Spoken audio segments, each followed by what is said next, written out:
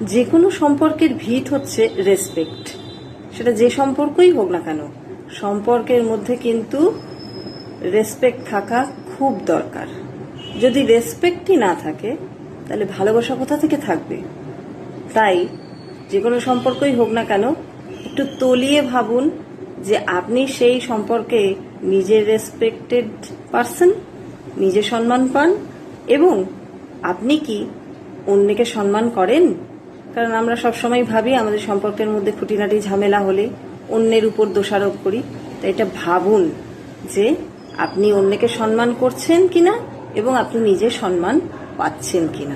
তবেই কিন্তু যে কোনো সম্পর্ক টিকতে পারে। রেসপেক্ট ছাড়া ভালোবাসা বা কোনো সম্পর্ক টিকে না।